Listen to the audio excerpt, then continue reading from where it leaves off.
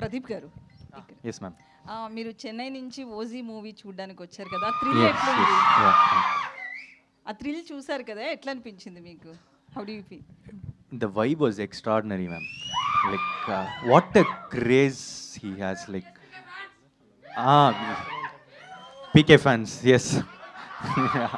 So what a craze he has. I just came to experience that, like, from like shooting, because Anil sir, the co-producer of this movie, used to tell me like you have to experience the vibe coming to Hyderabad and see it.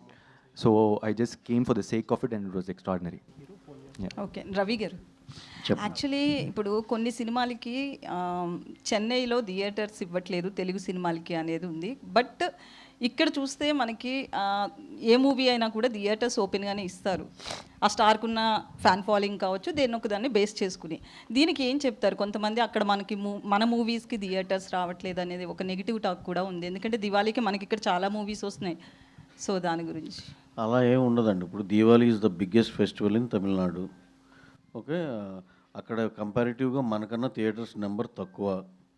Theatres మనకి 1800 ఎంత ఉన్నాయి, అక్కడ ఉన్నాయి 600 700 if I'm right, లేకపోతే maximum 800 ఉంది. So ఇప్పుడు ఒకటేనండి, ఇప్పుడు సినిమాలన్నీ రిలీజ్ అవుతాయి. ఒకటేమో X number of theatres YZ అలా క్యారీ చేస్తున్నాయి అన్ని సినిమాలు. ఫస్ట్ డేకి టాక్ని బట్టి అవి అడ్జస్ట్ అయిపోతూ ఉంటాయి. You give the best content, పెద్ద హిట్ కంటెంట్ ఇవ్వు, తీసుకెళ్ళు. అంతేగాని ఊరికినే థియేటర్లు రావట్లేదు అవన్నీ, that is not like that. అంటే ఇప్పుడు మనకు ఒక రూల్ ఉంది, పొంగల్ టైంలో ఓకే వీ హ్యావ్ సమ్ ఇది అట్లా. ఇప్పుడు ఇదంతా అందరికి ఓపెనే కదా, that is not like that. ఇప్పుడు ఎవరిని అలా ఆ విధంగా బ్లేమ్ చేయొద్దు. ఇప్పుడు నిజంగానే మన పొంగల్ టైంలో దానికి ఒక డిబేట్ ఉంది, అవన్నీ దట్ ఈస్ డిఫరెంట్ స్టోరీ. ఇప్పుడు అక్కడ అక్కడ Diwali is the biggest festival. And again మరి మీరు దేని ఉద్దేశించి అంటున్నారు నాకు తెలియదు, కానీ నేను జనరలైజ్ చేసి చెప్తున్నది. ఓకే, దాంట్లో ఏ సినిమా బాగుంటే ఆ సినిమా షోలు మ్యాక్సిమం వచ్చేస్తాయి. అది అసలు ఎవరికి వరి అవ్వాల్సింది లేదు, ఎవరు కంగారు పడాల్సిన అవసరమే లేదు.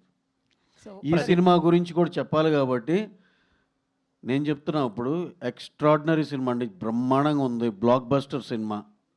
దాన్ని మించి ఇంకోటి రానివ్వండి, వీఆర్ వెల్కమింగ్, అలా రావాలని కోరుకుంటున్నాం. మా దాంట్లోంచి కూడా కొన్ని షోలు ఇస్తాం, దాంట్లో అయితే ఇబ్బంది ఏం లేదు. మేము ఎన్ని షోలు వేసుకున్నాం సార్, నిజంగా దాన్ని దాటి ఎక్స్ట్రాడినరీ కంటెంట్ ఏమైనా ఉంటే కనుక నేను సభాముఖంగానే చెప్తున్నా. అదే మన అందరు జర్నలిస్టుల ముందులే, మా దాంట్లోంచి కూడా కొన్ని షోలు ఇస్తాం. That won't be a problem అండి అసలు.